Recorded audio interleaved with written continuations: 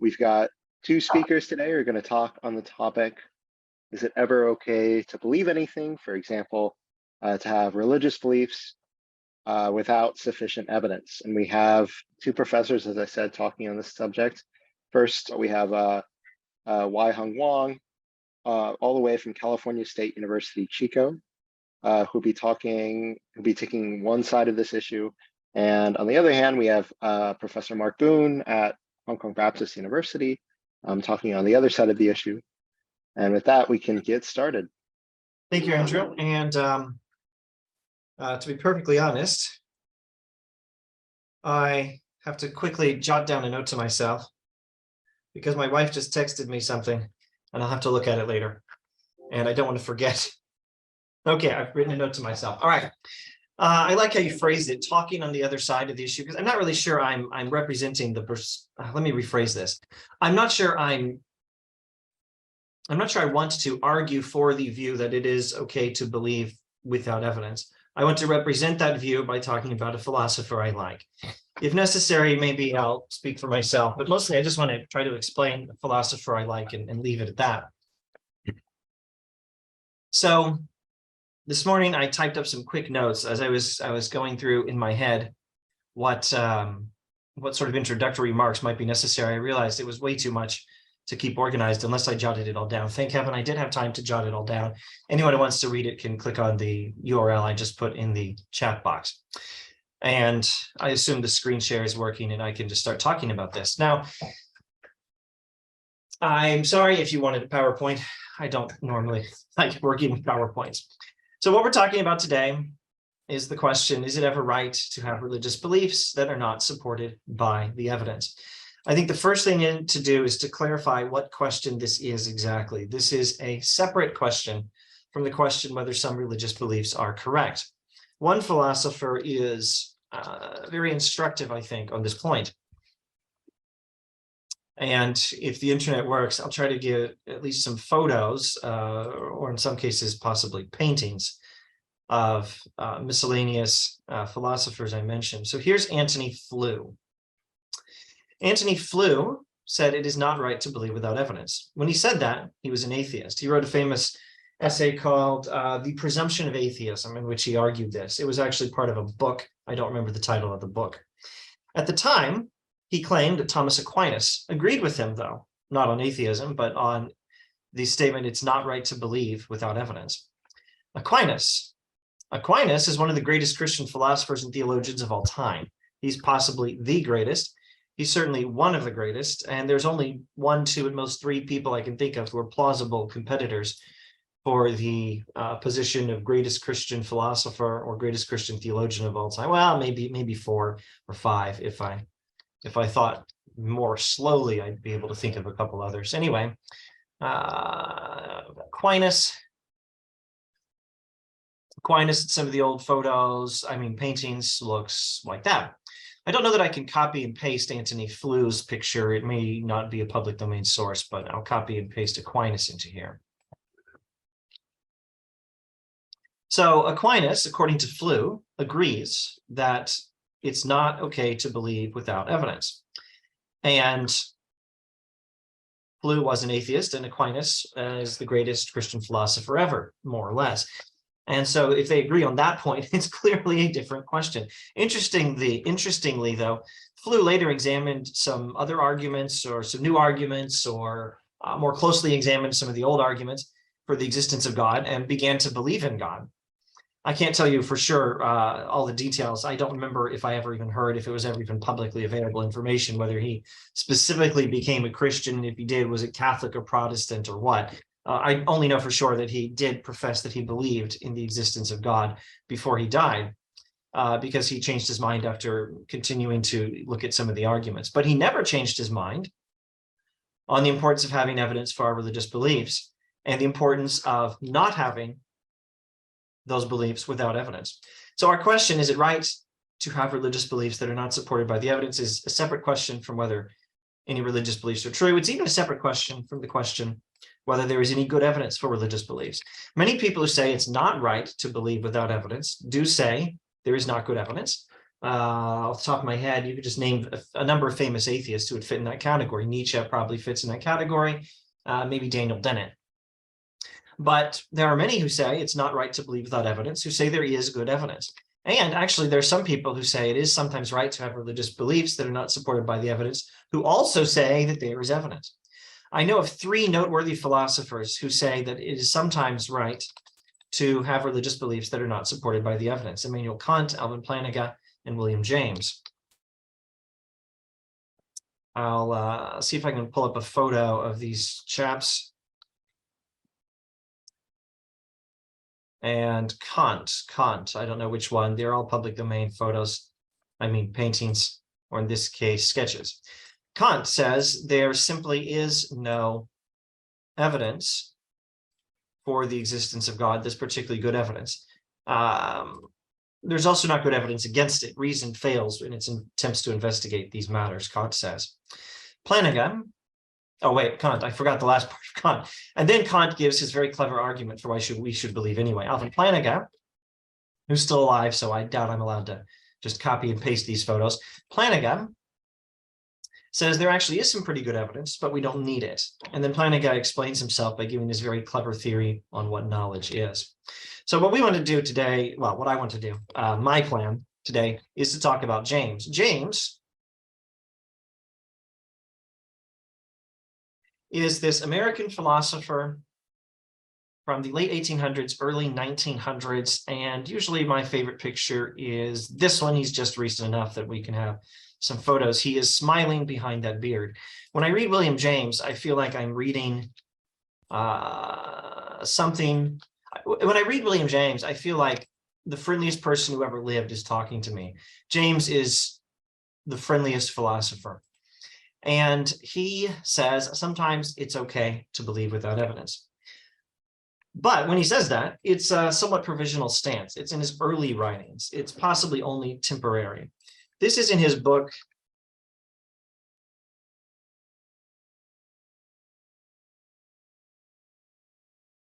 The Will to Believe, and Other Essays in Popular Philosophy. Here's an old edition I happen to have. This is a book, The Will to Believe, and Other Essays in Popular Philosophy, in which James says it's okay to believe without evidence. But it's one of his earlier writings. In later writings, he did something else. He considered the evidence and concluded that at least some religious belief is supported by the evidence. But before he'd done that, he had to consider, before he got around to examining the evidence, it was a different situation. What's the rationality of believing without evidence is a different question when you haven't had time to look at the evidence, and a different question when you have had time. Early writings is when he famously says it is permissible. In later writings, he does actually look at the evidence in the varieties of religious experience, and concludes there is good evidence for at least some religious belief. Similarly, it is a possible position that there is good evidence and that it still is sometimes right to believe without evidence. And if you believe both of those things, then you probably are in one of 2 categories. Either you think it's right to believe without evidence, but it doesn't matter because there is, or you think it's right to believe without evidence, but it doesn't matter for all of us all the time. It only matters for those who have not yet had time to consider the evidence, or who may have considered it but not understood it. For them, it may still be a very important question whether there is whether it's right to believe without evidence. But for those of us who do have and understand the very good evidence, then the question does not arise. That is one possible position. Okay, so now I think I'm done pulling up photos, at least for the time being, and we can talk about James. Oh, by the way, Andrew, how much time was my opening talk supposed to be, roughly?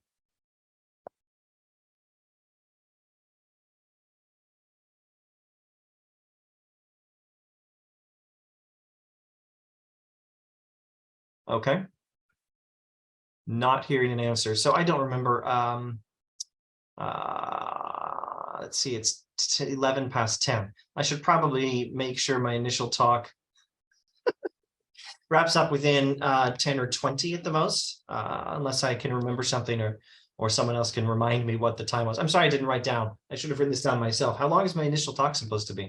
With all that as introduction, we're almost ready to get to the analysis in the will to believe. But I thought 3 other clarifications on James would probably be useful. First, the evidence does matter, and I don't think anyone seriously questions that.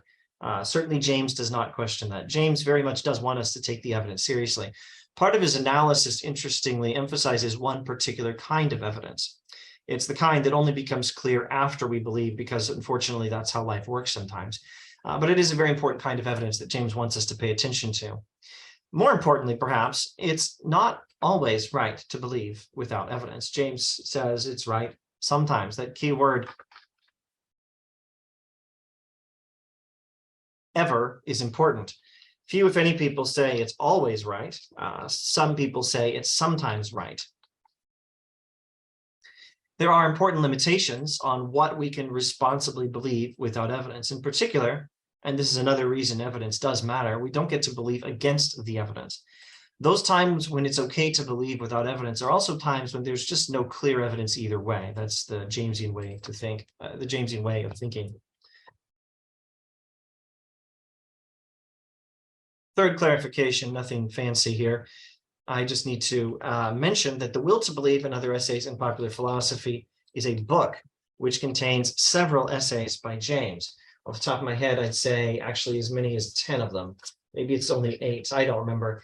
This is The Will to Believe, the book containing, or maybe I should say, The Will to Believe and Other Essays, the book containing an essay called The Will to Believe, and then 1, 2, 3, 4, 5, 6, 7, 8, 9 other essays that are in this book that are also in James' early writings, and they overlap in a lot of their themes to some extent with The Will to Believe, but they talk about other stuff, and they come at it from different angles. Several different essays in the book also argue that it's sometimes okay to have religious beliefs not supported by the evidence, but we're going to ignore most of these essays. We're only looking at the one from The Will to Believe, the essay. So The Will to Believe, the essay, and The Will to Believe and Other Essays in Popular Philosophy, the book, are not the same thing. One is a part of the other, and we're zooming in on the part, the essay, The Will to Believe.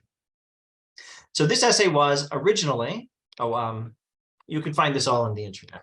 This is public domain philosophy. Here's the Gutenberg edition of The Will to Believe and Other Essays in Popular Philosophy. And well, I guess the preface is interesting if you have time to actually study William James, but here is where you go down to the text of The Will to Believe, the essay. Originally, it was an address to the philosophical clubs of Yale and Brown universities, and it is a response to W.K. Clifford. There is more philosopher than I must find a photo of, or in this case, I think a sketch or a painting. W.K. Clifford.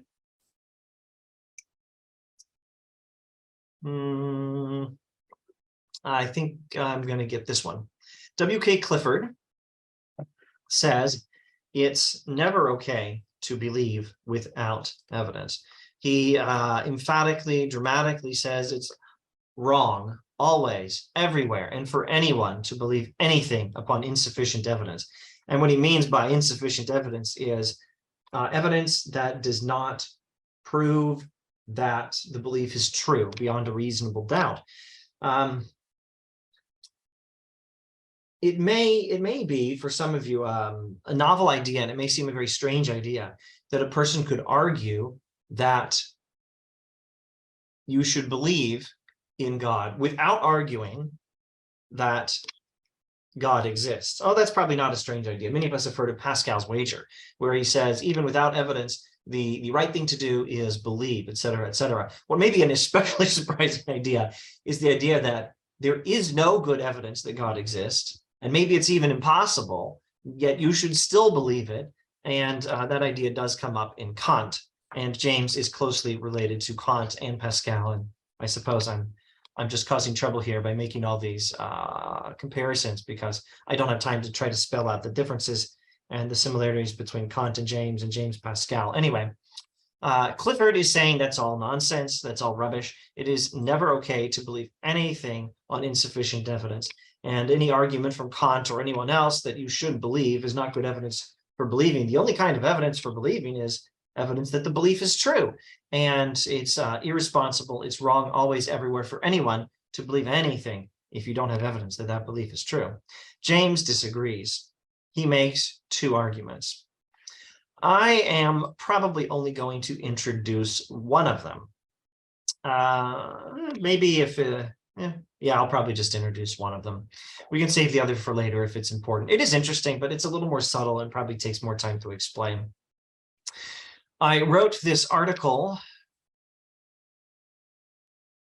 and eventually got it published on Augustine and William James on the rationality of faith. Augustine is this Christian church father guy. And actually, speaking of Aquinas, he's one of them. Well, none of this is Augustine.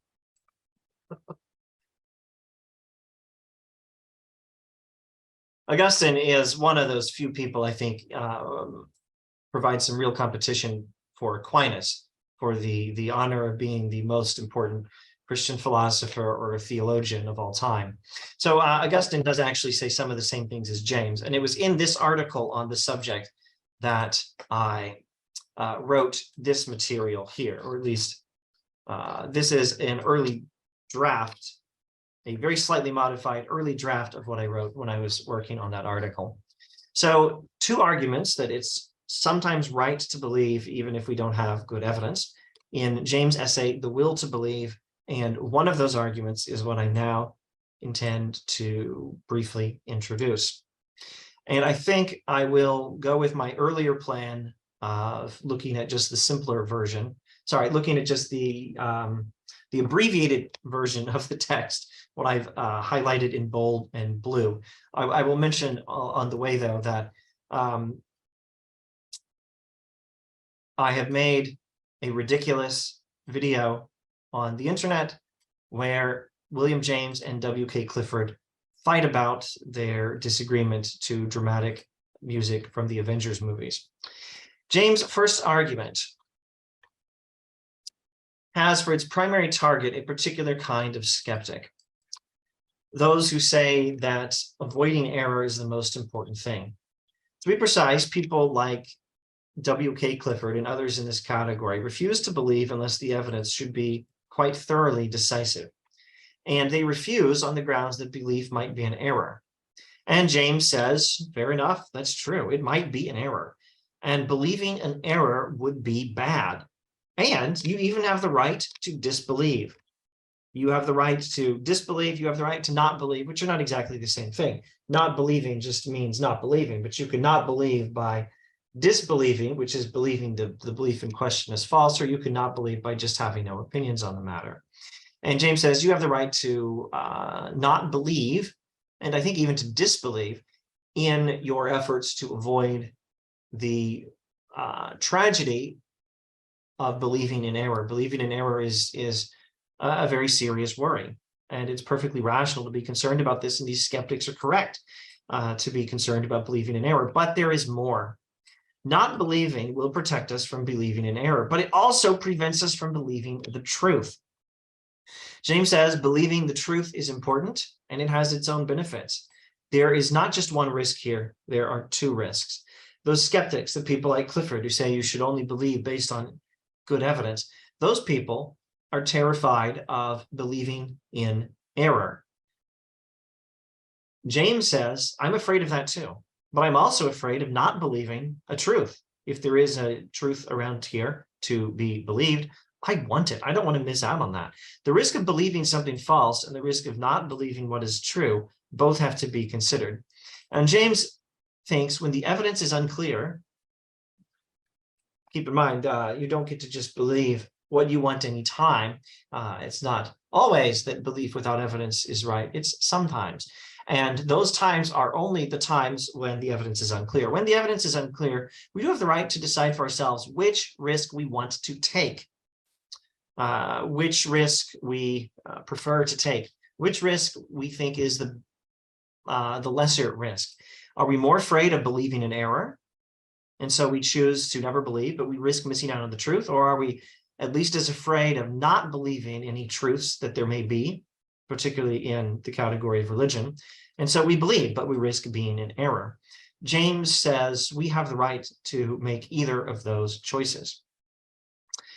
And both choices are, well, this may be fancy philosophy language here, but legitimate practical epistemologies. Let me see if I can find a way to paraphrase that. These are both acceptable ways of believing that both deal with practical, a practical problem that we have in life. The problem is we don't know everything that's true, and we don't have the ability to avoid everything that's false. And sometimes we have to decide what to believe. And sometimes we can avoid something false and achieve believing something true at the same time. But sometimes we do have to choose which of these things we want to prioritize. Do we prioritize believing the truth and classify the risk of believing in error as the lesser risk, or do we prioritize avoiding error and classify the risk of not believing something true as the lesser risk? And you have the right to choose either way. That's James' first argument. This language about live, forced, and momentous, that's explained a few paragraphs up, but I don't think we need to explain it for having introduced just the first main argument from James. And that's it. That's all for my initial talk. Over to you, Andrew, or over to whoever over to. I think Andrew. Yeah, we can go to Professor Wong. I need to share screen. So Mark, you okay? Okay.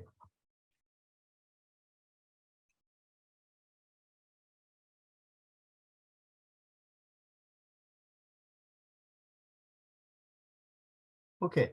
So I had planned to talk about James, but while I was working on the PowerPoint, I changed my mind. So so I'm not going to talk about James. And although my position is broadly evidentialist, I am not going to argue for evidentialism either. So what I'm going to do is to propose a scheme of conceptual distinctions, which I think would help us tackle the issue, or at least help us understand it better. So I think I need about 20 minutes to finish this whole set of slides.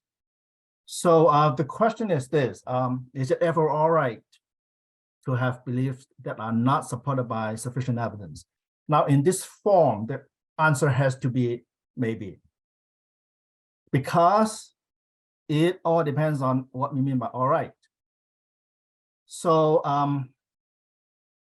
now I'm going to propose some definitions, rough definitions. So the R means rough.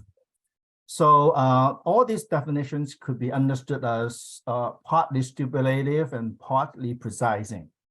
So these definitions are just for helping us understand the issue better. So I understand it's all right to mean roughly is reasonable, is justified. And is reasonable means roughly there's reason. Okay, so the question now becomes, is it ever reasonable to have beliefs that are not supported by sufficient evidence, or is there ever reason to have beliefs that are not supported by sufficient evidence? So I think rephrasing the question this way make it easier to tackle, because all right is too vague. So now I have to distinguish between three kinds of reason, then other kinds of reason, but these three are the most relevant to the present discussion. So first is potential reason. I will explain what it is. Second is epistemic reason, and the third is moral reason. Now, the debate on belief and evidence can be and actually has been formulated in moral terms, but that's not how I understand the problem. So I'm not going to talk about moral reason at all. So I will be focusing on prudential reason and epistemic reason. Now, some may ask, what about instrumental reason? Don't worry, I will get to that later. Okay, we will talk about instrumental reason. So, prudential reason. That's how I define it.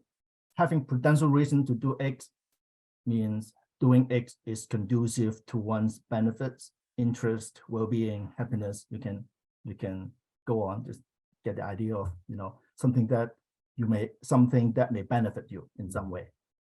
So if you have potential reason to do that, it may not have anything to do with, morality or truth. It's just you may be benefit from it in some way. So here's an example. I have potential reason to save up money for retirement, obviously, okay? In a simple case, of course. Now, epistemic reason. So having epistemic reason to believe P means belief P being supported by evidence or justification that is conducive to the truth of P. Now, this needs to be clarified, of course. So, but now let me give an example first. After seeing my bank account statement, I have epistemic reason to believe that I have such and such an amount in my bank account. Okay, this is an epistemic reason. But the word conducive has to, the expression conducive to the truth has to be explained. So let's do that. So here's how I understand it. Now, this is our original definition. And conducive to the truth of P, as I use it, means making P more likely to be true. So if your evidence make the belief more likely to be true, then your evidence is conducive to the truth of your belief. Now, sufficient evidence. Now, please keep in mind, I'm giving sort of a partly stipulative and partly precising definition of all these terms. You don't have to accept my definitions, okay? But the definitions help you understand points I'm going to make. So now, again, this is my definition of having epistemic reason to believe P. And I understand being supported by sufficient evidence to be the same as being conducive to the truth, okay? And so now, by transitivity, you get this, okay?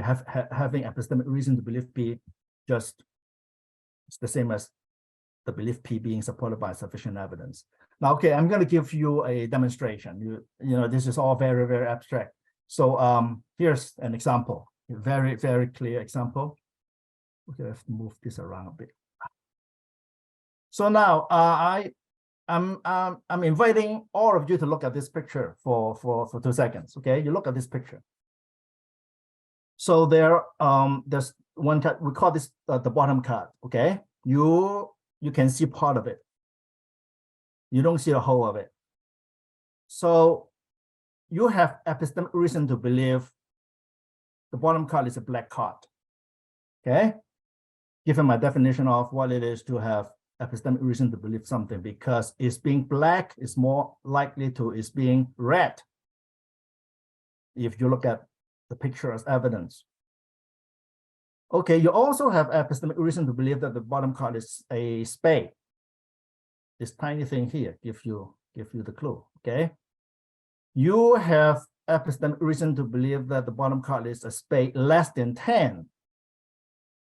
Okay, you may even have epistemic reason to believe that the bottom card is 8 of spades, because it's more likely to be 8 of spades than not 8 of spades. So all of the above is supported by sufficient evidence, but you don't have epistemic reason to believe the following: that the bottom card is 8 of spades rather than 9 of spades. That you don't have epistemic reason to believe, because the evidence underdetermined these two possibilities. This could easily be an 9 of spades rather than 8 of spades. Okay, because this can be a 9. Okay, 9 here. Okay, if you know cards, you will see the same kind of little black thing here, even if it's a 9 of even if it's 9 of spades. So if you believe that it's 8 of spades rather than 9 of spades, you have a belief that's not supported by sufficient evidence. Okay, so this is just an example to clarify the distinctions the definitions I made a while ago. Okay, now if you still remember how I define prudential reason, I define it in terms of action. But belief can be understood as a kind of action, mental act. So we can apply the definition to prudential reason to belief. So we'll get this. So having prudential reason to believe P can be understood as believing P is conducive to one's benefits, interest, well-being, happiness. Okay. So, for example, I have prudential reason to believe that I will finish my book manuscript in 2 years. Why? Because believing so makes it more likely that I will finish the manuscript. So, and it's good for me that I finish the manuscript because I will be able to submit the manuscript to the publisher and get the book published. So this is an example of having prudential reason to believe, which is independent of the question whether you have reason, whether the belief is true or false. So now, sometimes prudential reason and epistemic reason are in conflict. That is when you have prudential reason, but no epistemic reason to believe something. For example, I have prudential reason, but no epistemic reason to believe that I am not stressful. Okay. You can easily think of a story to make this true. And you may have, or I may have epistemic reason, but no prudential reason to believe something. Like I have epistemic reason, but no prudential reason to believe that my project will fail. Because if I believe it will fail. And I don't want that to happen. Okay. So now, what should we do when prudential reason and epistemic reason conflict? Now we have to talk about instrumental reason, because it will make a big difference to how we should respond. Now, I'm not going to explain the notion of instrumental reason. It just means and rationality. You have certain means, and then it's rational for you. You have reason to take up the means to achieve the end. So suppose both prudential reason and epistemic reason are instrumental in nature. That is, they are just two kinds of instrumental reason. In that case, there's a rather straightforward resolution of the conflict. So now for prudential reason, the goal is practical, like to live longer, to have happiness, to publish a book and all this. And the epistemic reason is always truth. Okay. Now, if they are in conflict, but both prudential reason and epistemic reason are instrumental in nature, then here's the prime example. Sorry, I forgot this. I'm not sure whether I should call it prime example. Is having prudential reason but lacking epistemic reason to believe that God exists. Now, of course, some would deny it. Some people think strongly that they have epistemic reason to believe that God exists. But as Mark has made the point, that this whole debate is for people who think they have religious beliefs that are not supported by sufficient evidence. So that will be a prime example of the conflict between prudential reason and epistemic reason. Now, the conflict can be resolved if the goals can be ranked in terms of importance. That is on the assumption that both prudential reason and epistemic reason are instrumental in nature. So if achieving the practical goal is more important than getting the truth, then prudential reason trumps epistemic reason. So you can say it's all right to believe without sufficient evidence. Okay, if the example is whether God exists, it's all right to believe without evidence, without sufficient evidence that God exists. But if getting the truth is more important than achieving the practical goal, then epistemic reason trumps prudential reason. So You have to say it's not all right to believe without sufficient evidence. Okay. Now, I think it's clear that this is agent relative. That is, it depends on how you rank importance. So one person may rank the truth higher than the practical goal. Another person may rank the opposite. Okay. So, but what if epistemic reason is not instrumental? Now, what does that mean?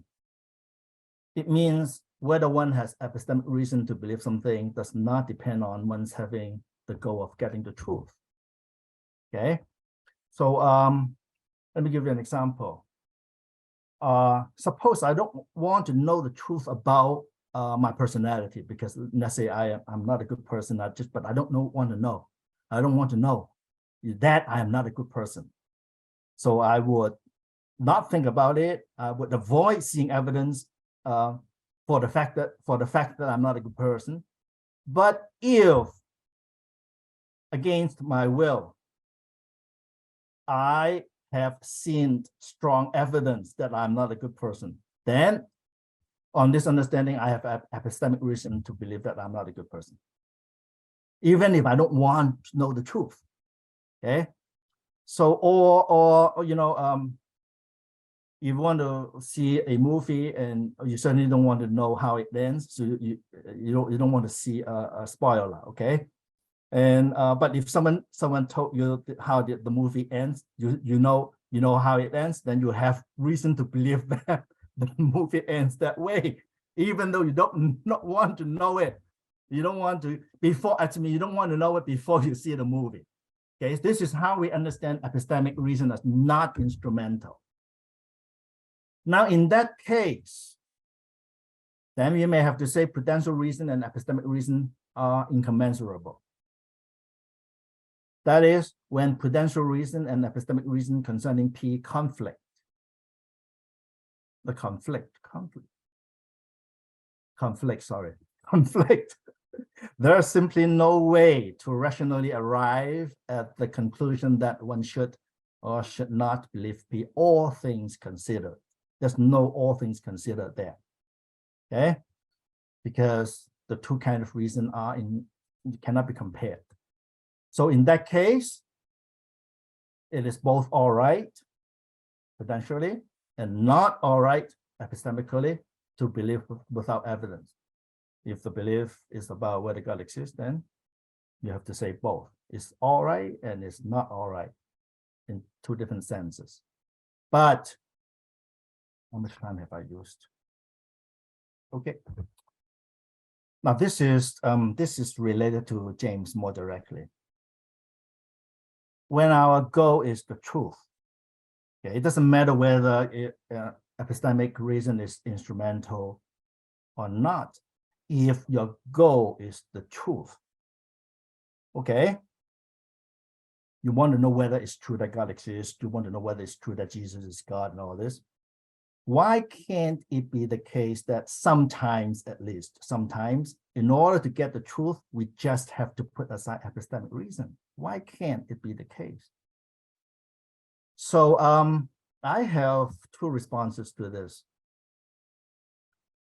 If you understand this way, then you may want to say, in such cases, the only way to get the truth is to believe without sufficient evidence. If you think that's, not always, but sometimes at least, okay? That's roughly James's position. Because he's not saying, we don't care about the truth. He's saying, sometimes, if you don't have evidence for or against, then maybe you want to get the truth, then you have to believe without sufficient evidence, because otherwise you will never get the truth, if it's the truth. Now, my two responses. One, if the goal is to get the truth concerning P when there's no sufficient evidence for or against P, how should we choose what to believe, P or not P? Now I put the parenthesis here, because we have no voluntary control of our belief, okay? There's no direct control. You have to, if you want to believe P, you can just say, make a decision and believe it. You have to do it in some sort of roundabout way. So why, if you have no evidence. How should you choose? Now, if we choose to believe P because, or simply because we want P to be true, there's a name for so choosing. It's called wishful thinking. Wishful thinking is bad, okay? So you have to choose between P or not P, and you want P to be true, and there's no evidence for or no evidence against P or not P. You choose P because you want it to be true. We call this wishful thinking. But if we choose to believe P, not because we want P to be true, but because there's prudential reason. That may be why you want it to be true, but it's not just because you want it to be true. You have prudential reason to believe P. Then we are back to the situation of prudential reason versus epistemic reason. So some of the points I made earlier apply here. Second response. If we have no preference concerning what to believe, P or not P, so there's no wishful thinking here, you have no preference, then why bother to choose if you have no preference? Okay. Now, some may think, actually, James thinks this, maybe it's important to choose. Okay. Although you have no preference, it's important to choose. You have important to choose one way or the other, like believing that God exists or God doesn't exist, and you have no prior preference, and you choose arbitrarily. There's also a name for so choosing, it's called gambling. Okay, you have no preference. You think it's important to believe one way or the other. You just arbitrarily pick one, but gambling. Okay. So let me conclude with a couple of remarks. Well, perhaps sometimes we have to gamble on what to believe. Okay, I can grant you that. Perhaps sometimes we have to. Now, but if you do gamble on believing God, you should admit it's gambling. And keep in mind that like all gambling, you may lose. And lose big. Pacey Pascal. Okay, there's my slide. I'm done. Thank you.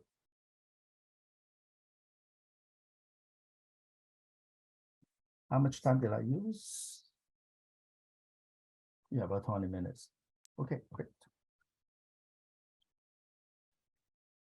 All right, great. So I can't remember at this point, do we have more back and forth or do we have questions from the audience?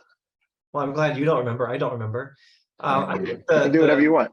The earlier one I went to, if we follow the model of the one I went to earlier, I have a short response to him and he has a short response to me, or something like that, like 5 or 10 instead of 20.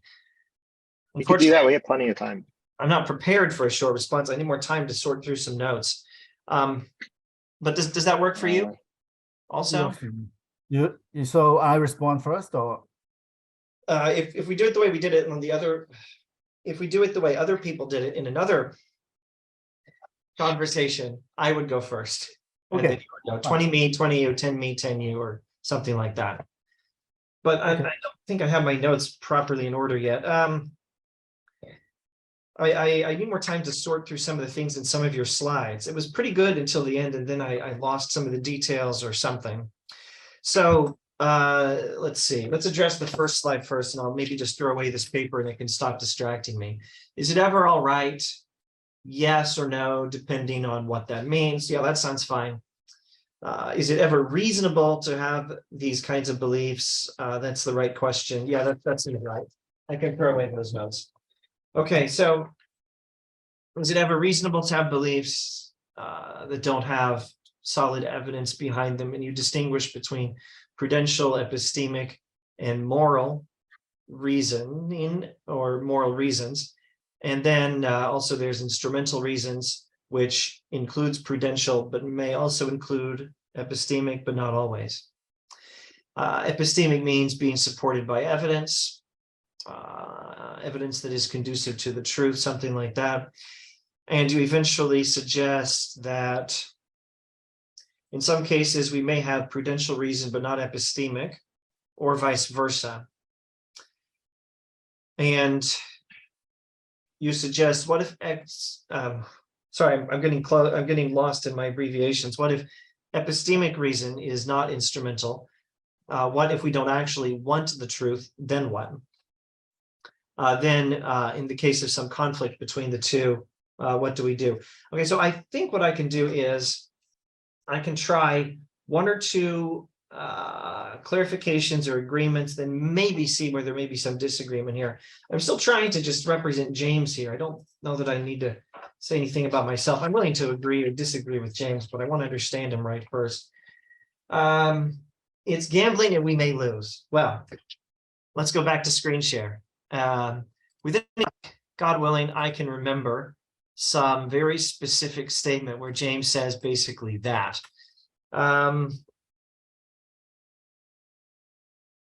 I can't quite remember. Does he use the phrase?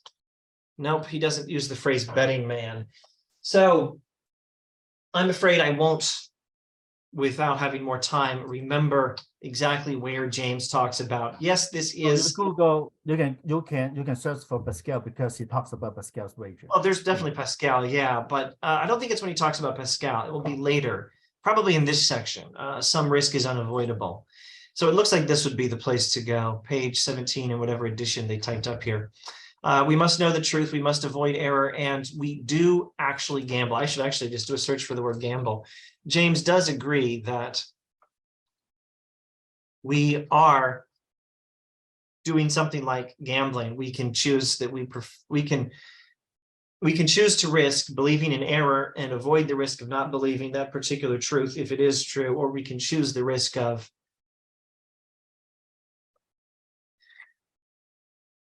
avoiding, oh my goodness, which one did I say? We can choose the risk of believing. We can choose to believe and therefore risk believing something in error, but avoid the risk of not believing that truth if it is true. Or we can choose not believe and then avoid the risk of believing in error and prefer the risk of not believing something true if that particular belief should turn out to be true. And it is a gamble. James definitely does describe it as a risk, and I can't find the word gamble, but somewhere in here is one passage where we might find James talking almost gambling terminology. Okay, so that's one rough agreement or something very close between what you say and what James says. Just as an aside, voluntary control, James does talk about the issue of voluntary control of our beliefs. Here's a passage. He does talk about how our beliefs are not just simply modifiable at will, but he does say there are some things we have some extent to control what we believe, to decide to believe something. It's not total control. It's not pure, well, in the language philosophers use sometimes, it's not pure voluntarism. It's a limited voluntarism, a qualified voluntarism, meaning we have some ability to choose what to believe, but not a total ability, as with some examples James gives here. Now, finally, let me try to get to the heart of what's going on here, if I can, but I'm not sure I can because I'm not sure I understood some of the later slides. James, I think, would say that moral and prudential reason are the same. I don't know that that affects anything in this conversation. I think he would say epistemic reason is a variety of prudential reason, and that may affect things in this conversation. As for prudential and epistemic reason conflicting, I have a great example of that. At least it's an example that I really like, and it served me well. In undergrad days, I always was afraid of exams. I was always afraid that I was going to do very badly on the next exam. Now, after a certain number of classes, when I got nothing but A's, except one, maybe two A minuses in my undergraduate career in my classes, and rarely, if ever, got less than an A on an exam, after a certain amount of experience in my undergrad education, the evidence was pretty clear that I was not likely to actually get anything less than a B at worst on my exams. So why did I continue to believe I'm going to do badly on my exams? It's because I had prudential reasons, I think. Maybe some of it is just a quirk of my personality, but the important thing is believing I'm doomed on this coming exam was a useful belief for me because it made me afraid of doing badly on the exam, and the fear made me study hard, which made me do well on the exam. I had a prudential reason to believe actually against the evidence. And I think James says, and I agree with him, that it was right for me to believe against the evidence that I was going to do badly on the upcoming exam, because that was the useful belief that helped me actually do well. Depending on different personality traits, this would not work for everyone, but it works for me. Some people might do better believing they'll do well on exams. James' point, though, is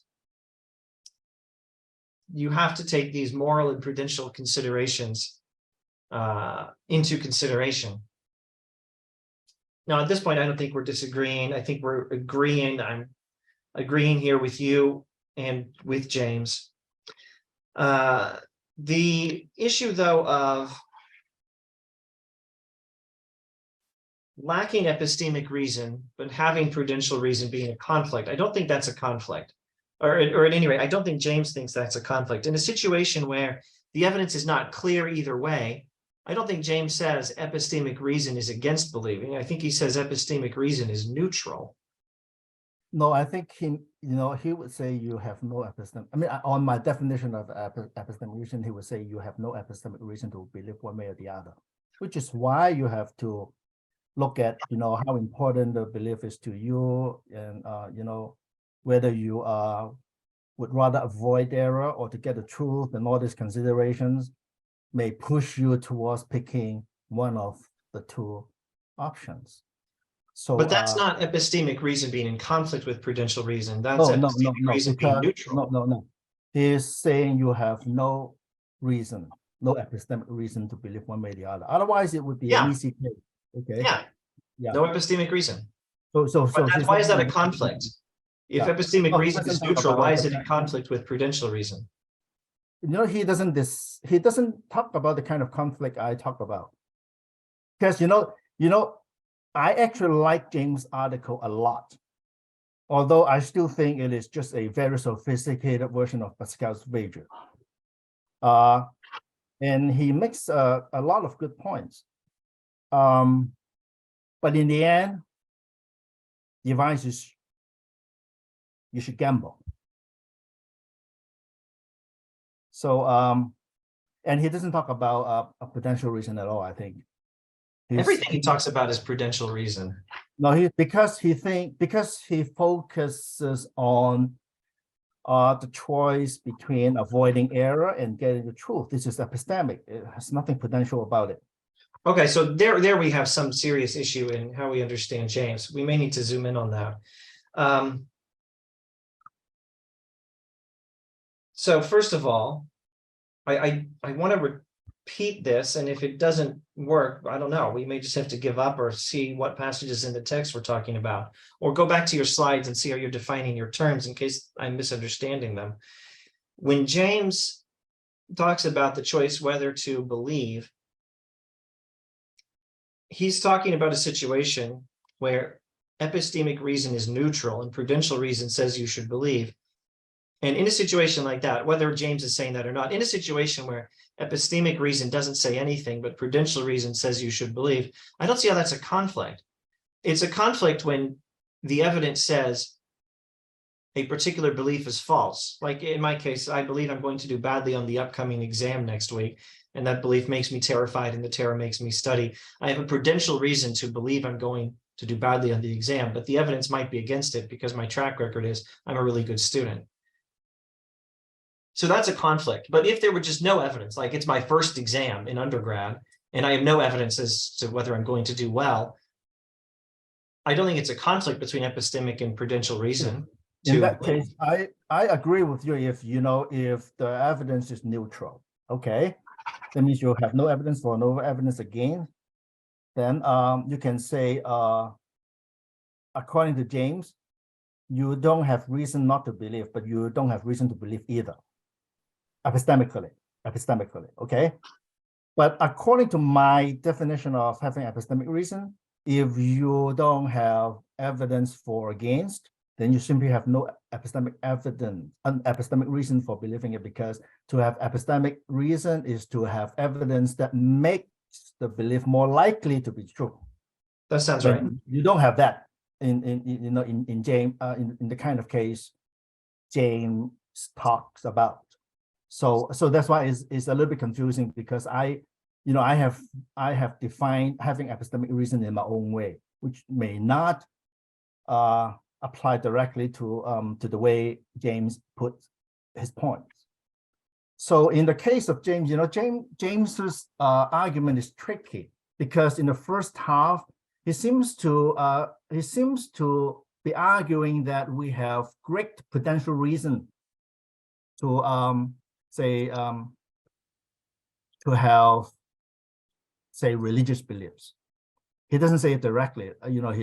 He's suggesting that for some people at least they have to have those beliefs in order to live a life that they consider to be meaningful, something like that. This is potential. And his argument is tricky because in the second half he focuses on truth and he contrasts avoiding error and getting the truth, and argue that if you follow the skeptic's advice and try to avoid error as much as you can, then you will miss out the chance of getting the truth. And it suddenly becomes all epistemic. So no place for potential consideration. Okay. So that's why it's tricky, because if his point is simply you have potential reason to believe in God, I would totally agree. For some people at least, probably not for me, for some people, okay, or to have a religious beliefs. And that's not controversial at all. But the second half, that means the argument you focus on is about which epistemic strategy is wiser. Try to avoid making errors as much as you can, or utilize every chance to get the truth. Okay, even if the chance is slim, you should not miss it. That's epistemic. That's not prudential. That's how I understand. This is awesome. And it's awesome because I think we just established that if not James himself, there's some version of an argument that it's sometimes right prudentially, but not epistemically, to believe absent convincing evidence that you would not object to. No, you just object to James because he's not making exactly the right argument. I think at least the second half, at least the part you focus on. I think that particular argument. Yeah. Okay, so then I guess the next thing is, first of all, clarify. It looks like we're giving up on me 20 minutes, you 20 minutes, me 10, you 10. It looks like me 20, you 20, and then I don't know how many minutes back and forth before we invite everyone to just make their own questions. Awesome. So I think this is then, at the moment, mainly a question of interpretation of William James, which might not be something we should spend much time on in case it's not as useful or practical. I mean, people probably didn't come into the Zoom meeting, 95, 97, whatever the numbers are of them, to listen to some abstruse interpretation of some philosopher who's been dead for 100 years. A few people might think that's awesome. I think it's awesome, but maybe we need to wrap up that part of the discussion quickly and talk about something else like, I don't know, like what should you do with the rest of your life? And maybe I should state my own views. Do I agree with James? Okay, but now just in the interpreting James, for purposes of interpreting James, I don't think he's putting aside epistemic reason. And I think he's saying epistemic reason is a variety of prudential reason. And I think everything he says here is about prudential reason. And with that, I've actually run out of notes worth commenting on. So let me just go to the text. Here's a passage where he talks about two ways of being duped, two ways of being wrong. One is to believe in error and the other is to not believe the truth. And he says, I can see no proof that dupery through hope is so much worse than dupery through fear. Hope means believing in a religious belief, hoping out of hope that it might be true. And fear means not believing it because you're afraid it might be false. And again, it's the choice. Do you have do you fear not believing the truth and so you're willing to hope, or do you fear believing an error and so you're not willing to hope? I can see no proof which one is better or worse, says James. And so I do not wish to forfeit my only chance in life of getting upon the winning side.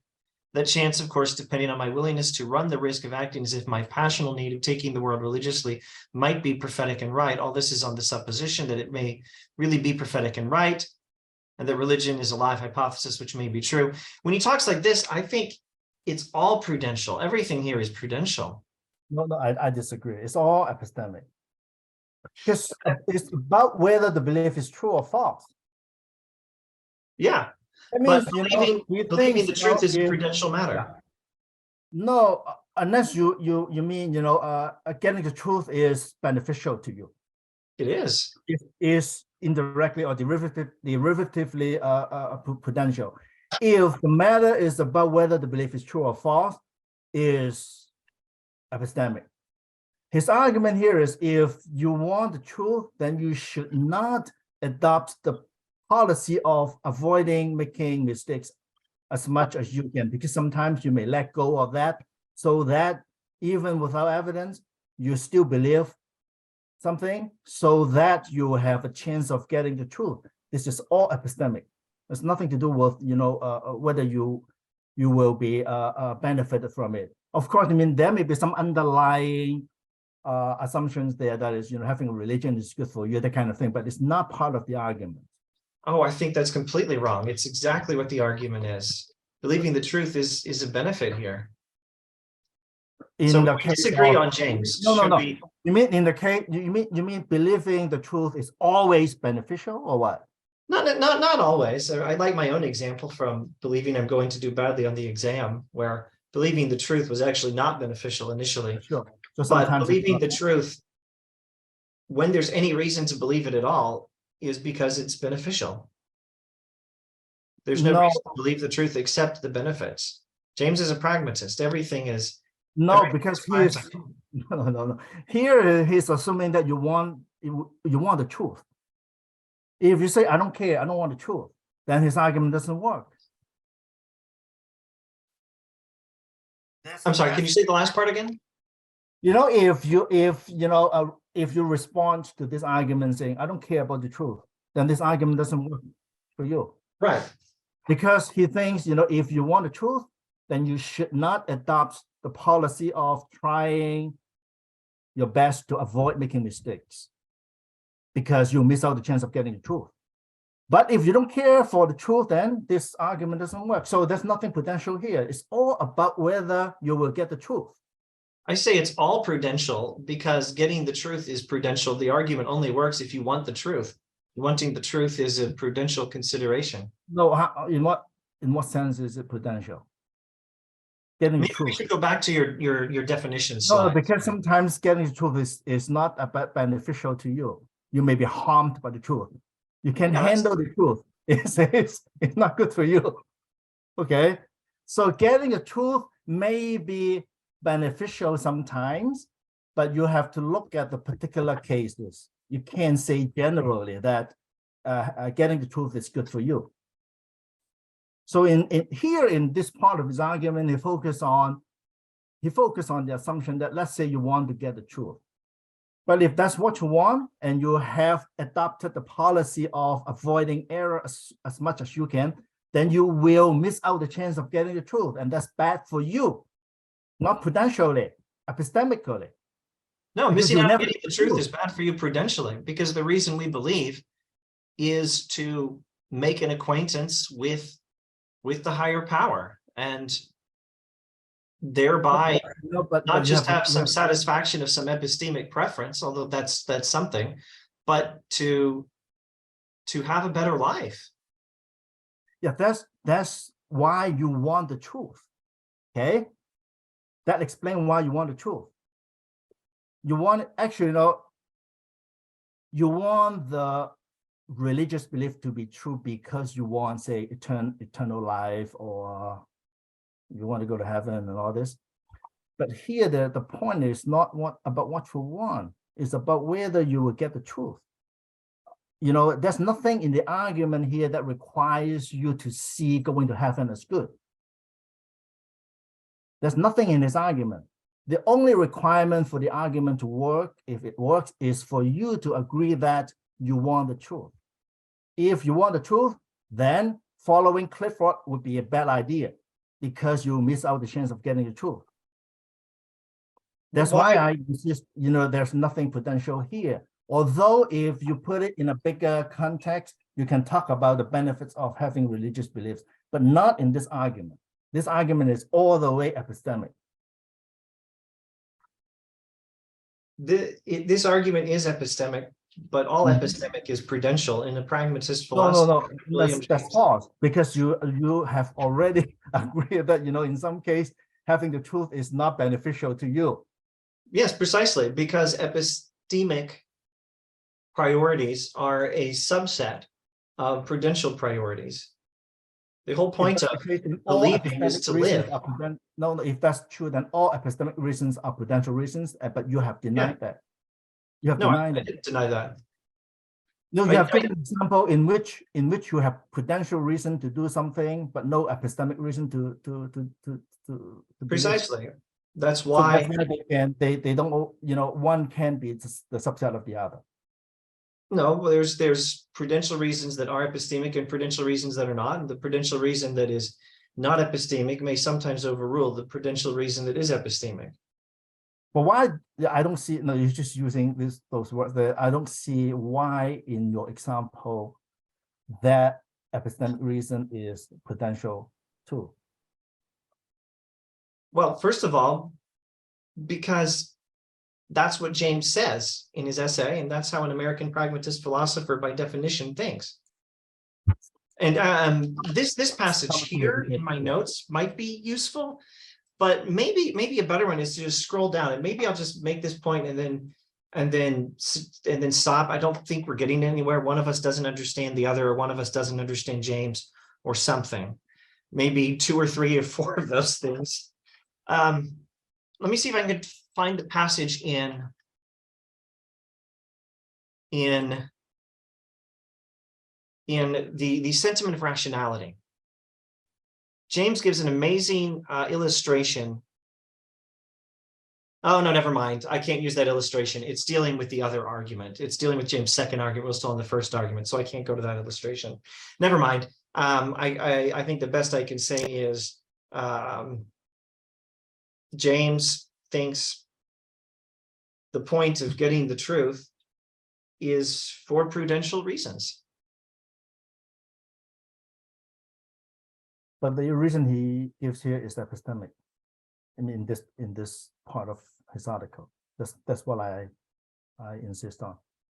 Because you insist trying to get this very argument. This very argument is epistemic.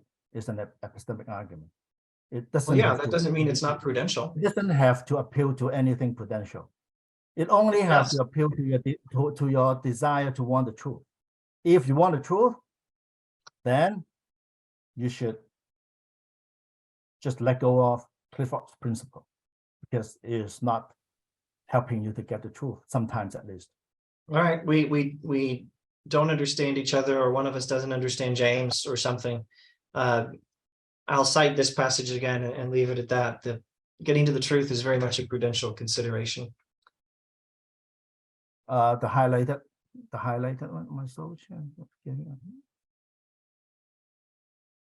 Yeah, so he's talking about the winning side. Means the side that has the truth. That's what it means. Yeah, not the side that's going to happen. Okay, the side that has the truth. Yes. Yeah. So, but I'm a bit worrying that we are having a verbal dispute here. So, maybe it's not really important to label his argument as epistemic or prudential. The important is whether the argument is forceful or not. Okay. So are you okay if I continue with this argument? Sure. So James's point is, if your epistemic principle or policy is to avoid making mistakes as much as you can, then you may miss out the chance of getting the truth. But now this is not a direct criticism of his argument, but I doubt whether anyone actually adopt that policy of avoiding error as much as one can. No one do that actually. No one does that.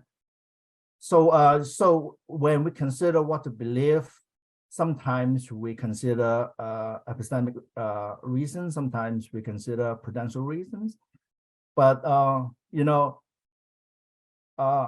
don't think, at least I don't know of anyone who actually adopts this policy of trying to avoid error at all cost. Okay, so but that doesn't mean if if you don't adopt this principle, that doesn't mean you then can simply believe something without evidence, because doing that is risky too. Because if you focus on a particular religious belief, okay, you have no evidence for or against it. Let's assume that's the case. So you have no evidence for it. You have no, let's say you have no sufficient evidence for it. You have no sufficient evidence against it. You may have some evidence, but it's not sufficient. And you decide to accept it, believe it anyway. So does that gain you the chance of getting the truth? Yes, but it also put you at risk, because you may be missing out some other even more important truths just by accepting that one. So it's not risk-free. And James argues as if it is. And the risk is missing out the truth. Yes, I mean, if you follow Clifford, you just adopt this principle of avoiding error at all cost, then you miss out the chance of getting truth.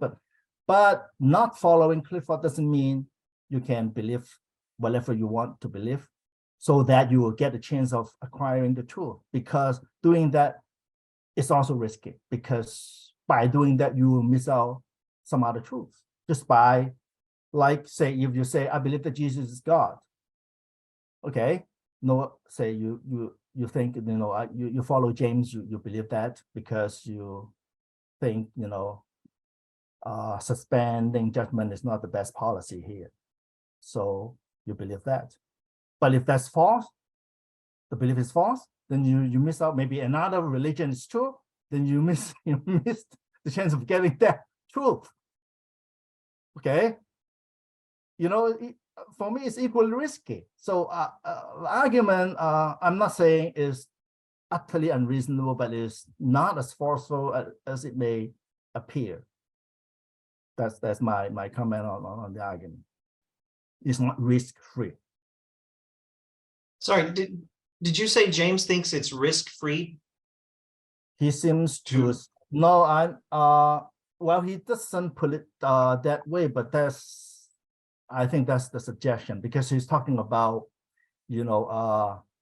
or maybe I put it wrongly. He at least think it's less risky. Less risky. Because you will have the chance to get the truth.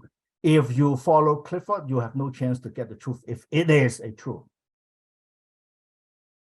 Oh, of course, I should check the hard copy. As far as getting that truth is concerned, then following Clifford is the bad policy. Following James is the good policy. And my response is, it's not as good as it may appear, because that belief being false implies some other beliefs that being true, and just by accepting that belief, you miss out the chance of acquiring these other important truths. All right. So this may connect to Pascal, and I kind of wish we had time to articulate what is Pascal's argument, what is James' argument, how is it like and unlike Pascal. You're correct that it's like Pascal, I think, though there are some nuances to explain if we had time. This may connect to that, but I shouldn't be talking about that. Here's where James does very clearly state that there is a risk in believing, but I think you're talking about something else. It's not merely the risk of believing something that might not end up being true. You're talking about the risk of believing the wrong religious belief, aren't you, as well? Yeah. So, yeah, that is a thing. This may be important. James describes the basic religious hypothesis, which is that the best things are the more eternal things, and we are better off if we believe that, not just in the afterlife, but now. James is mainly interested in this very basic religious claim. He doesn't specifically address all the details here. He talks in other places about how much more detail can be added to this religious hypothesis and grounds for choosing one version of religion over another. So the risk of believing the wrong religious belief doesn't come up with this minimal hypothesis, but it absolutely does come up. Because no one just has this minimal religious belief and leaves it at that, or at least very few people. Religious people believe this, and then they believe in Jesus, and then also the Pope, or not also the Pope, or they believe in God, and then the prophets, including Jesus, but definitely not the Pope, and also including Muhammad, or something like that. Yeah, there are definitely risks there. Mhm. So we agree. I think we're agreed on that point. Okay. I'm not sure if we agree on James making a mistake here, because I think that's a second step. On the first step, I wouldn't say he makes a mistake. I put it this way: his argument is not as forceful as it may first appear. because there would be a necessary second step. Yeah, because you know the strategy or policy he advises may not be the best. I don't have time to sort through it, but I don't think I disagree. You might be right. It seems a plausible enough criticism of James. So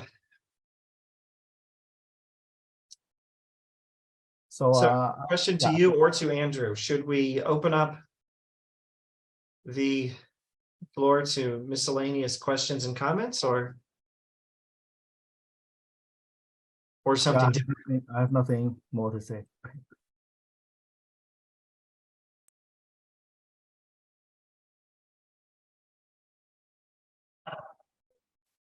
Yeah, if anybody has any comments, now seems like a good time. Feel free to speak up or put something in the chat.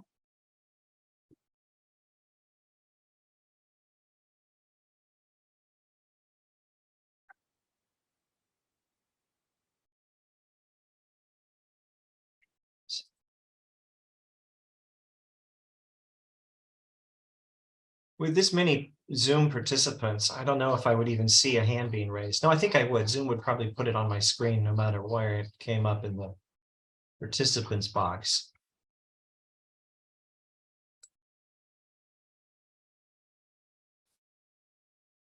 Well, No question. no questions or comments yet. Where's my mouse? Depends, you know, sometimes, you know, getting the truth may be potential, sometimes not. Sometimes knowing the truth may harm you. In that case, you know, desiring the truth may not be potential. It depends. So there's no general connection between epistemic and potential reason. Sometimes they overlap, sometimes they're in conflict. I'm not denying that sometimes they overlap. Sometimes knowing the truth may be beneficial to me in some way. Okay. All right. So either desiring a truth that benefits us or desiring a truth with evidence. These two options are both prudential because originally we want to know a truth. The desire is prudential. Is that right? I'm not sure about them because originally we want to know a truth, but I think desiring a truth with evidence, desiring a truth that benefits us, I think the desire is prudential. I think that is right, or at least that's what I think James thinks. And I think that's what we're actually disagreeing on in our understanding of James. Okay, we have another question there. Does it mean human nature want to seek truth? So is you know, tell you the truth, I don't believe in human nature. There's no such thing. But if the point is whether we generally want to have the truth, then I would say yes, generally. Okay, but sometimes we just don't know the truth, and sometimes you know, actually a lot of truths are trivial. We don't care, and some are not trivial, but they are not related to us, so we don't care either. Okay, so like say you know, if someone asks me whether, you know, say Mark owns a car, I would say, I don't care. I don't care. I don't know. I don't want the truth. I don't, I would not even spend time thinking about it because it's not related to me. So there's no such desire for truth generally. Otherwise, we won't be able to live an ordinary life. We have to ignore so many things, trivial things that are not related to our life, so that there's no such thing as this general desire for truth. We care about some truths. We don't care about a lot of other truths. And in some cases, we may even avoid to know the truth because it is hurtful, let's say. Knowing the truth is hurtful, then we don't want it. Actually, it's not uncommon. All right, so thank you. My turn, I guess. All right, let me go back to screen share. There are passages in James where he does say, heck yeah, human nature desiring to see the truth is itself a prudential concern, and it's an expression of a human passion. It might be better to talk about human passions than to talk about human nature, because the word nature can mean a lot of different things, blah, blah, et cetera. But without pausing to describe what James means by passion and what nature might mean, I'm just going to say yes. And here's one passage in this particular text where James talks about our very preference for truth is itself an expression of the passions of human nature. And I guess I'll go to the next one. Could you both say a bit more about the voluntariness of belief? I don't know if I can say much about it, except to say, am I doing a screen share still? I am. When James mentions dollars, he says, I don't have the ability by sheer will to believe that $1 plus $1 equals $100, or to believe that I'm up and about and in good health when I know I'm actually sick and in bed. There's a lot of things we have no power to believe. And that does not mean that there's nothing. We have some ability to choose whether to believe. And James does think we have some limited ability to decide what to believe. But it is actually shaped by our passions and shaped by other things as well. And it is a very limited ability. And that's really all I have to say about it, I guess. I would like to say something about this idea of belief not being subject to our will. You can't believe something at will. Now, there are two kinds of cases here. One is you have strong evidence against the belief. Then obviously, if I say, now I'll show you my hand, you can see 5 fingers. Okay, you believe that this is my right hand. I have 5 fingers here. You just try to believe that I don't have 5 fingers. You can't. There's no way you can do it. No one can do it. Seeing these 5 fingers, no one here will be able to believe that this person doesn't have 5 fingers here. Okay. Now, the more interesting kind of case is you don't have evidence for or against. Okay. But even that you can try. Let me give you an example. Okay. There's a number that you can put on the population of people in this whole world, how many people there are. Okay, is either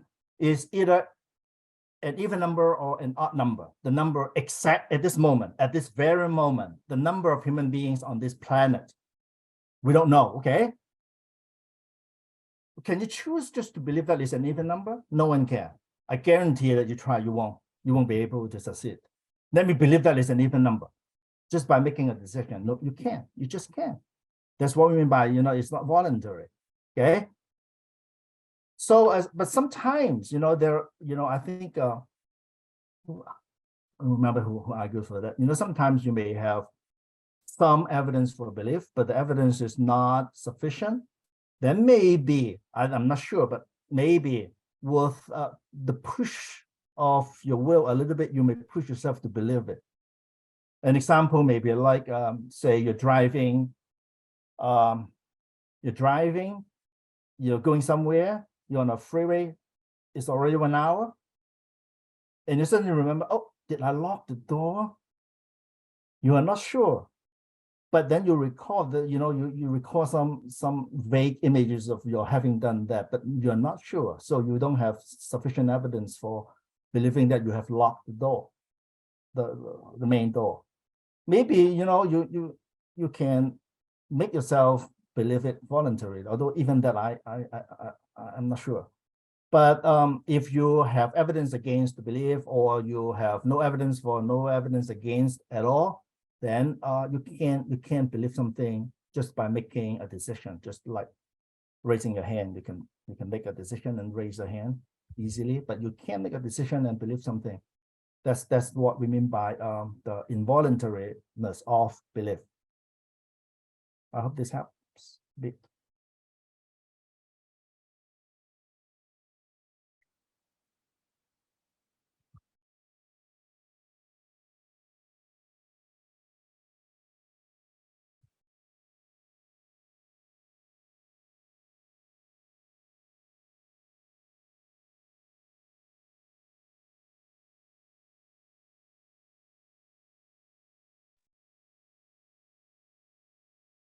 So we have a longer comment here, and I think we're both still trying to read it slowly. Yeah, I'm reading it. Better position to understand.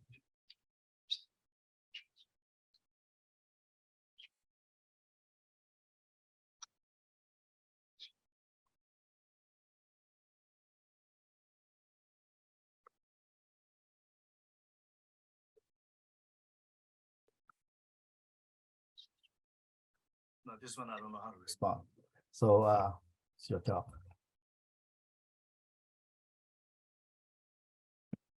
All right, we have I guess it's a disagreement with James, saying that the evidence needed for religion should be pretty high because of significant consequences of bad religion, and there's too much to figure out with respect. There's too much information to sift through trying to figure out how strong is the evidence for Christianity, for example.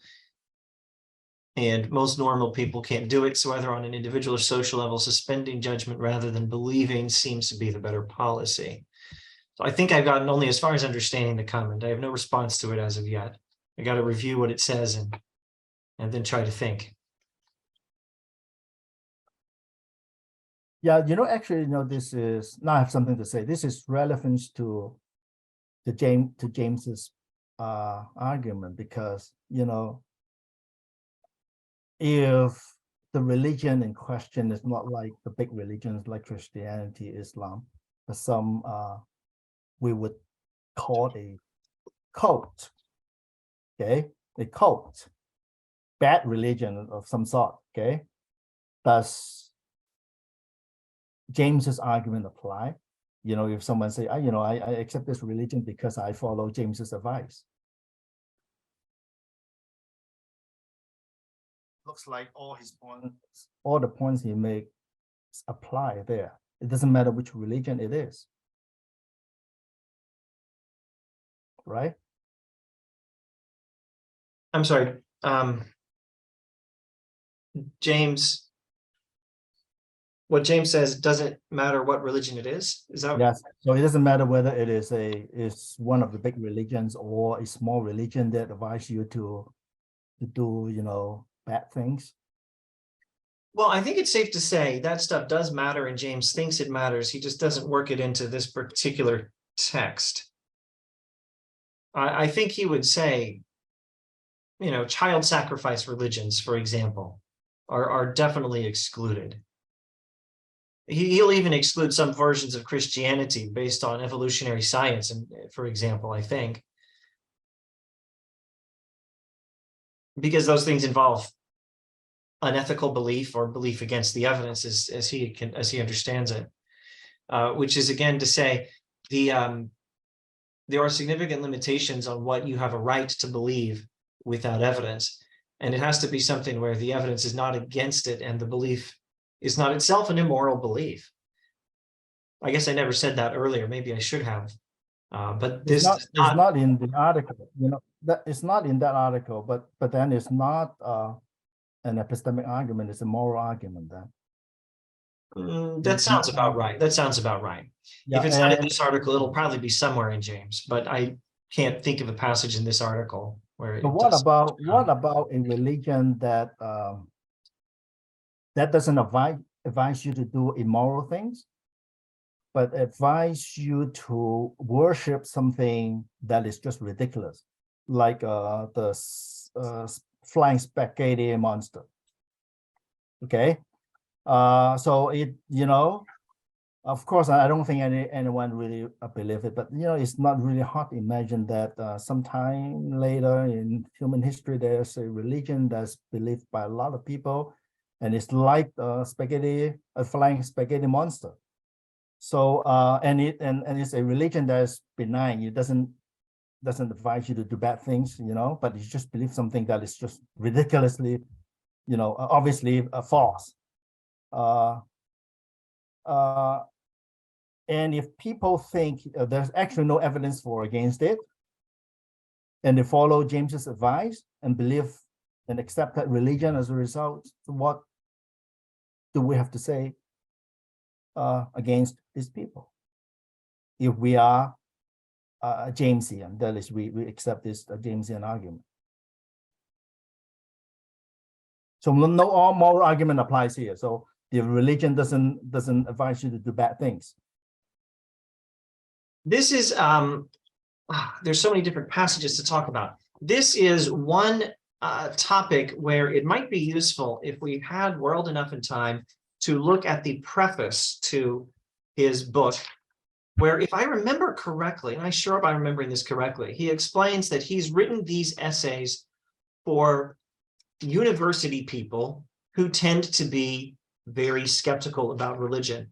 And if he had written talks to churchgoers, a lot of things would have been different. Maybe he would have been telling them to be more skeptical and not telling the skeptical people to be less skeptical. He's talking to people who are well aware of the fact that some religious perspectives just can't be true. And when he says this, I think he's assuming that. Here's William James' will to believe, referring in his first argument to the supposition that religion is a live hypothesis which may be true.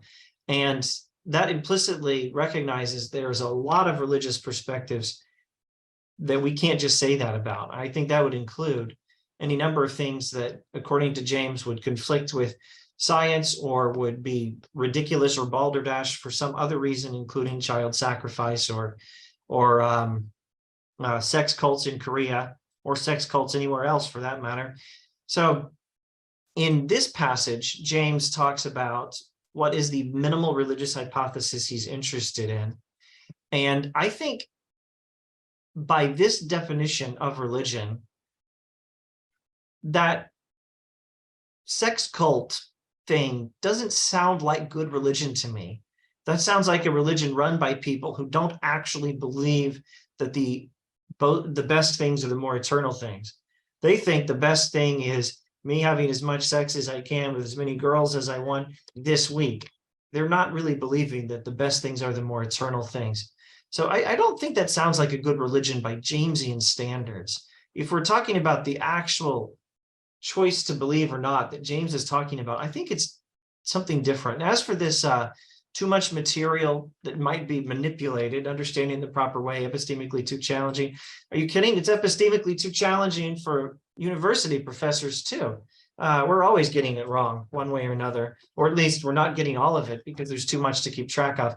But I think James's argument is that this premise does not actually support this conclusion, because suspending judgment puts us at risk of not getting any of the really important benefits of believing these truths.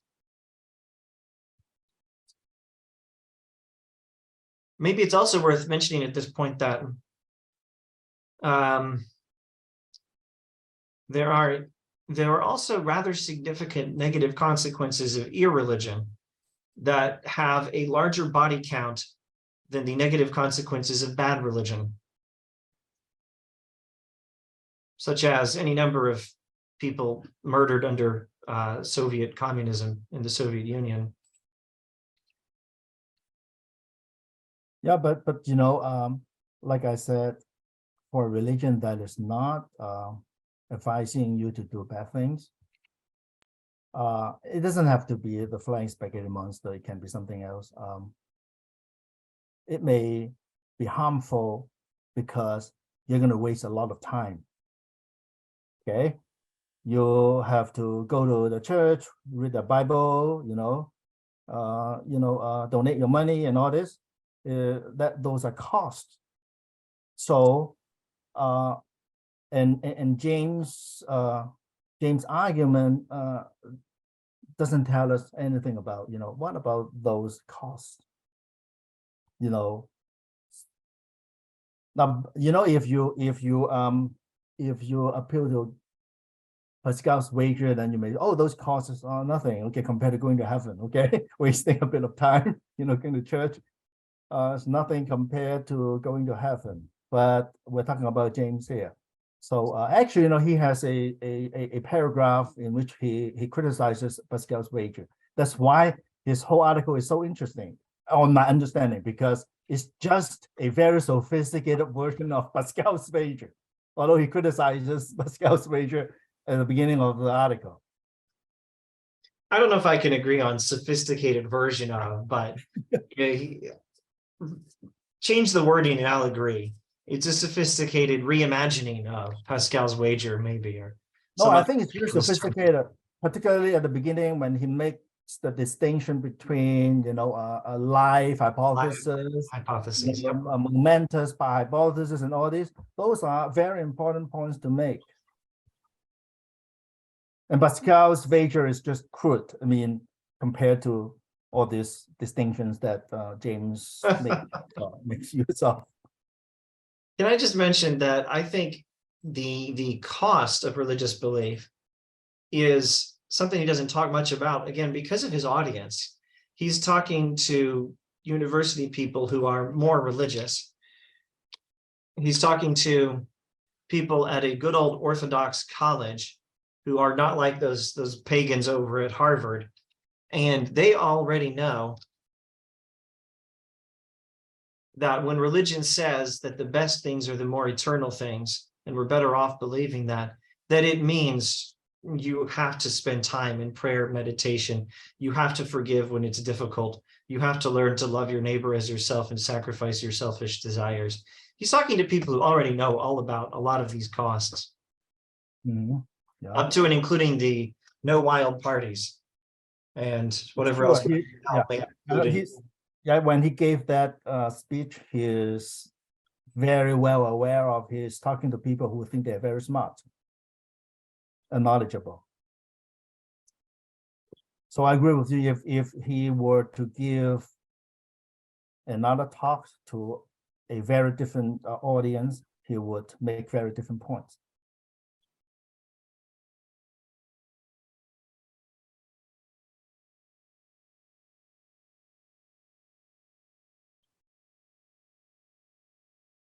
Am I still screen sharing? If anyone cares, here's the passage you could consult on your own time in the preface, where he talks about the audiences.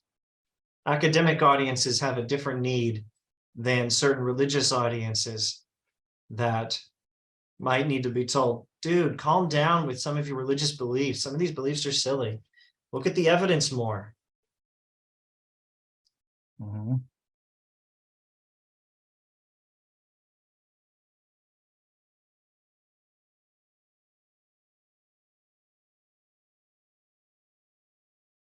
But on the other hand, if I remember correctly, because I read the varieties of religious experience long time ago, I remember James is sort of his mystic.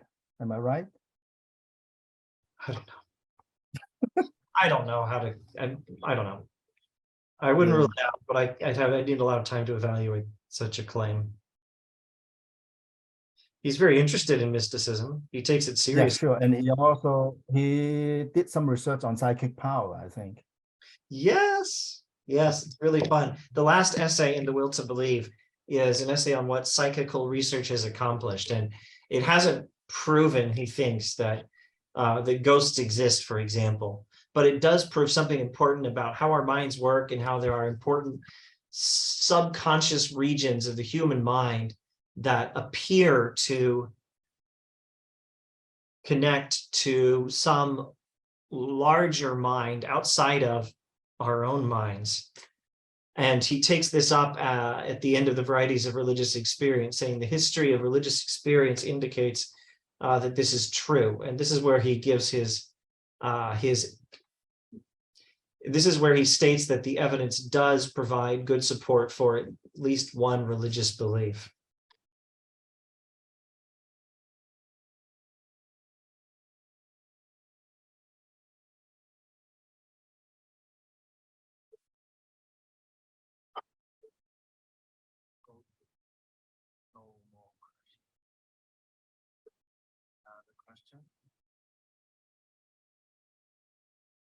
Yeah, do we have any more questions?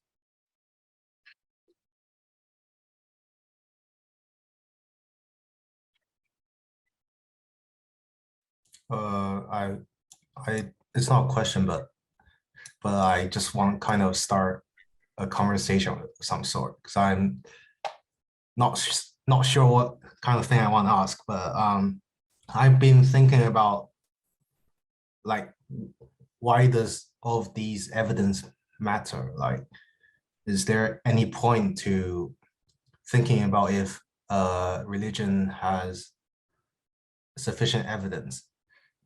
Okay, so for example, Christianity and a lot of the benefits that they talk about are from the spiritual level. So like, you can't really find physical evidence of proving that God exists. And a lot of them will tell you that you can connect with God on a spiritual level, but you can't see God. And yeah, so something like that you can't really prove, and it's only really a matter of your own choice, that do you want to believe or not. And so I think this is something that makes it, this is something that makes me wonder, like, is there any point to thinking about the evidence? Okay, as long as the religion itself is not harming people. Okay, quick response, okay? I think you should care about evidence if you care about whether what you believe is true or false.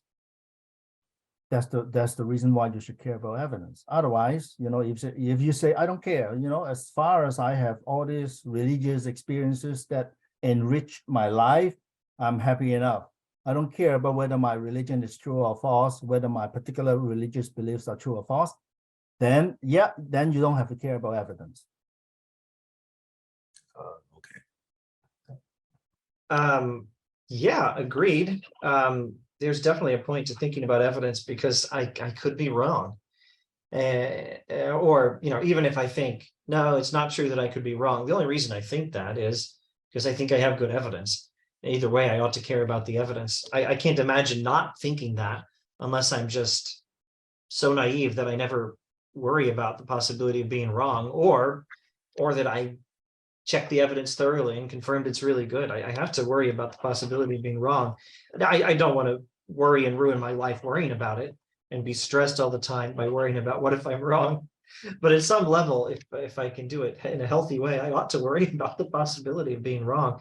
The only other thing to say is the idea that you can't find physical evidence that God exists, or can't prove any of the theological statements that might be involved in religious experience, I don't accept that. Some of this is James, some of this is other stuff, but I'm not ruling out in advance every form of argument for the existence of God, which, well, I guess you're not ruling out every form of argument, but you're ruling out 2 or 3 major ones, at least. Cosmological arguments, for example, do purport to find physical evidence that God exists. I'm not ruling those out in advance. I actually rather like them. I think they're pretty good arguments. As for the validity of religious experience, there's a whole lot of really super duper fun stuff about this in people smarter than I am, like William James. And I'm just going to share screens again because this philosopher I like. This guy, Allama Iqbal, is this Indian or Pakistani philosopher, or British. It was British India, and he had British knighthood. He talks about the legitimacy of mystical experience and conclusions drawn from it. And there are at least two important ways to test those beliefs and experiences, he says. And I tend to agree that there are at least some ways to test them. It's not at all the same as some tests in science where it's a lot easier to test things. This is something C.S. Lewis and William James also talk about. If I have a theory about the chemical composition of the ink in this pen, there are ways you can test it quite easily. And my best way of testing a mystical experience I might have had in high school is going to be somewhat less decisive than the tests the chemists could run over in the science building on the composition of this ink. But I think there are tests that are useful to some extent, maybe a very significant extent.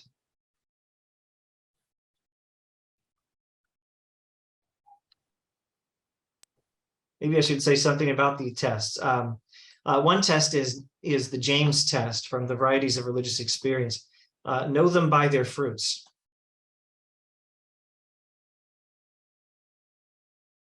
All right, comment from Andrew Loke, and then another comment from another follow-up from our previous longer comment.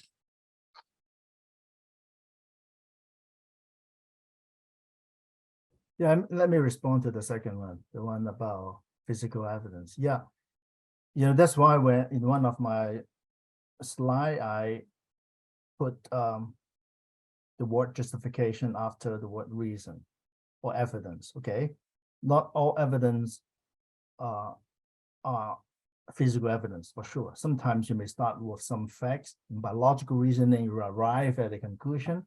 And then the whole thing is the justification for your belief, but you can't say the whole thing is physical evidence. Some physical evidence there, some facts, some empirical facts you start with, and then you use logic to arrive at the conclusion, reasoning, okay? Then you can say your belief is justified, but it's not justified merely by physical evidence. So physical evidence doesn't cover all evidence, doesn't cover all epistemic reason. That's at least my understanding. Thank you. Sounds good to me. Physical evidence is good. I think it's a type of evidence. It's not the only type. I don't know whether it's the best type. It's not the worst type. I don't know. Andrew Loke, you've linked to your books giving evidence for the existence of God and for some of the specific doctrines of Christianity, to which I can only say, yeah, I dig. I agree. I'm actually in that category I mentioned in the introduction to my remarks on James, that it's a possible position that there is good evidence, but it still is sometimes right to believe without evidence. But that doesn't necessarily matter, or at least it doesn't matter for all of us all the time. It may matter for those of us who have not yet had time to consider that evidence or who didn't understand it. And if hypothetically I ever considered the evidence further and concluded, oh, dang, that argument was a bad argument after all, and I did that for enough arguments, I could fall back to this position and make the Jamesian decision whether it's appropriate to believe without evidence. And for anyone who's interested, Andrew Loke's links there are a good place to go to look at some of the arguments on the topic.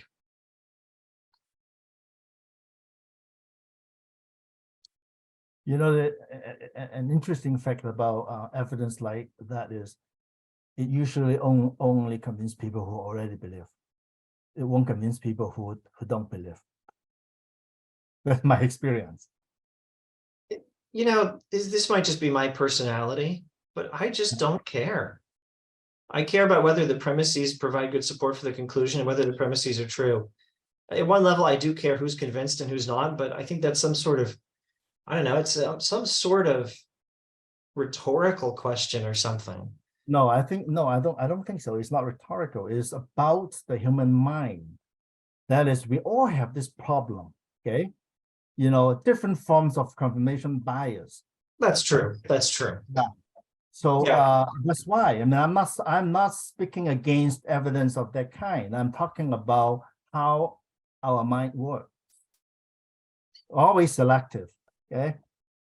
And That's true. we stick to our original position so as long as we can. That's true. I guess I should try rephrasing it. It may only convince the people who already believe, for the most part, but that could be because the evidence is bad, and it could be because the evidence is good and people are stupid, or because the evidence is good and people have confirmation bias. And I just want to try to figure out, what is the argument? Are the premises true, and do they support the conclusion? Assuming I have time and ability to figure that out. But you know, there's another important point that is related to this. You know, I can't think of even one person who I know who became religious because of an argument, who became religious, who became the believer of a particular religion because of the acceptance of an argument. So people accept religion for all kinds of reasons, but rarely do they accept a religion because they think an argument is so powerful that they have to accept the conclusion of it. It's just an interesting fact, I think, if it's a fact at all.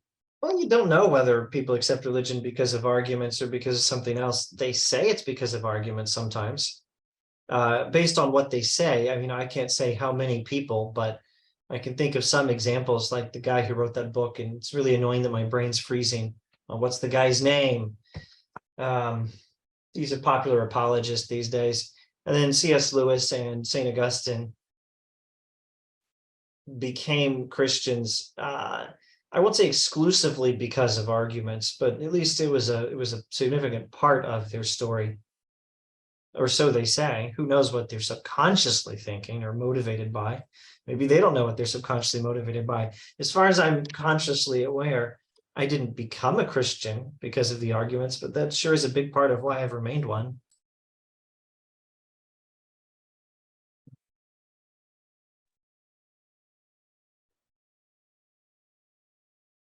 Subconsciously, I wouldn't trust myself much further than I can throw myself. Yeah, but you know, I can speak for myself because I went to church for several years when I was young. Actually, I was a Christian for some years. You know, it's interesting to notice this. That is, I became a Christian not because of arguments, but after becoming a Christian, when I tried to convince others to accept the religion, I used arguments. Okay. But the arguments are not what I accepted, okay? I learned the arguments after I became a Christian, and then I made use of the argument to try to convince others, okay? And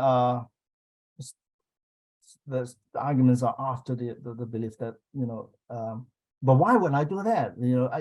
I couldn't help thinking about this, because even back then, I think, you know, being rational is important. Okay, so you don't want to convince someone to believe your religion by saying, okay, you know what, you don't need to think carefully. Okay, just believe me. Just come to my church. Okay, sooner or later you become a Christian or something like that. Don't care about rationality. Don't care about evidence. Okay, you don't need to think. No one would do that. Okay, so even for people who think faith is more important than reason, when they try to convince others to accept their religion, they would appeal to reason first, at least first. But to become deeply religious, of course, you know, you can't just rely on thinking. Yeah, you have, you know, you need something else, like something maybe spiritual, maybe, yeah. You have to experience the thing. You have to have the experience. You can't just stay at the level of abstract thinking to be genuinely religious. Yeah, biblically speaking, faith is useless if you don't put it into action. Faith is, you could say faith is belief. That's not wrong, but faith is belief that's lived out. And the living might go beyond what the evidence requires, even if the evidence is pretty good. And while we're linking things, I'll link to something else. If I can find a good URL. Andrew Loke has given us another URL mentioning a number of people he knows of who became religious because of reason and evidence. Thank you, Andrew. I'm trying to remember what to search for. Yeah, so that's all right, because my claim is just that I don't know of anyone who's like that. It's just my personal limitation. Okay, that URL I just mentioned is something I wrote about how faith goes beyond reason, even if the evidence is quite good. There's some James there too. Hey, Andrew Brenner, Time's up. what should we do? We have 2 minutes on my clock. Yeah, I was just about to say something. Well, yeah, officially we end in 1 minute. Mhm. Does anybody have any final words, especially any of the speakers? Any final comments? No, I don't have final comments. No final comments other than thanks. Thanks. Thank you, everyone. It's fun. Yeah. Okay. Yeah. I guess we can just finish up then. All right. So it's been a very interesting talk. Good comments and questions as well. Thanks for zooming in all the way from California. What time is it there? It's like Yes, it's 9 p.m. 9 p.m. Oh, that's not too bad. Yeah. Thanks for everybody else for showing up this morning. I think we can just end it there. Yeah. Okay. Thank you. Bye-bye. Bye.